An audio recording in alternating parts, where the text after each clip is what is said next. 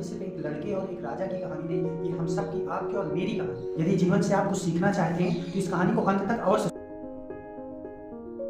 कैसे हैं बच्चों आप सभी? आशा करता हूँ अच्छे होंगे।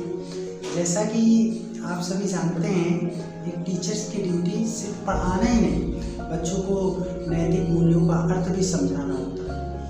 आज की ये कहानी उन बच्चों के लिए है जो सच्चाई और ईमानदारी के रास्ते पर रहते हैं और उनको ये लगता है कि क्या फ़ायदा है इससे, ईमानदारी और सच्चाई से क्या मिलता है। तो देखिए, ये कहानी है एक राजा की, राजा प्रतापगढ़ का राजा। आप लोगों ने प्रतापगढ़ का नाम सुना ही होगा। उसकी कोई संतान नहीं थी, तो उसने अपनी प्रजा से, अपने मंत्रियों से डिस्कशन किया और एट लास्ट नतीजा निकाला वो किसी को गोद लेना चाहता है।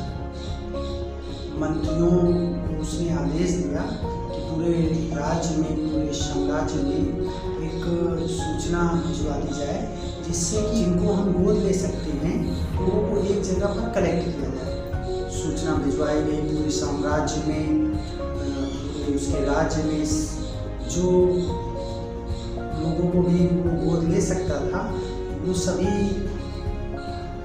लड़के उसकी सभा में इकट्ठा हुए। उसने उन सभी से कहा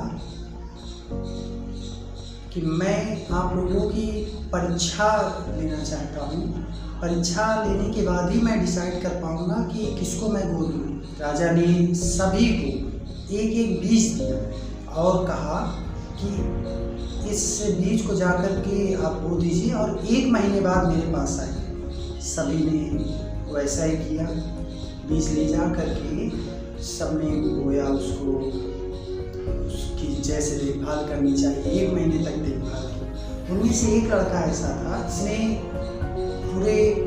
पूरी मेहनत से जैसी देखभाल जरूरत थी वैसी जैसी करनी चाहिए थी वैसे उसने की, लेकिन समय बीतता गया से उसके बीज से एक भी अंकुरण न हुआ और समय समाप्त हुआ। लड़का और सभी लोग, जिन सभी को राजा ने बीज दिया था, वो सब उपस्थित हुए।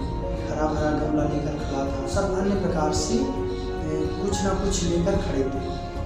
जबकि जिस लड़के की बात मैं अभी कर रहा था, उसके पास वो गमला लेकर के ऐसे ही खड़ा था।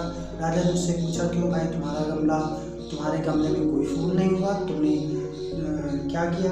तो उसने अपनी बात राजा से बताई और चिंता के साथ अपनी बात रखी कि हाँ, मैंने उससे हो सकता था, मैंने पूरी देखभाल की, जो करना चाहिए था मैंने किया, लेकिन इससे बीज अंकुरण हुआ ही नहीं।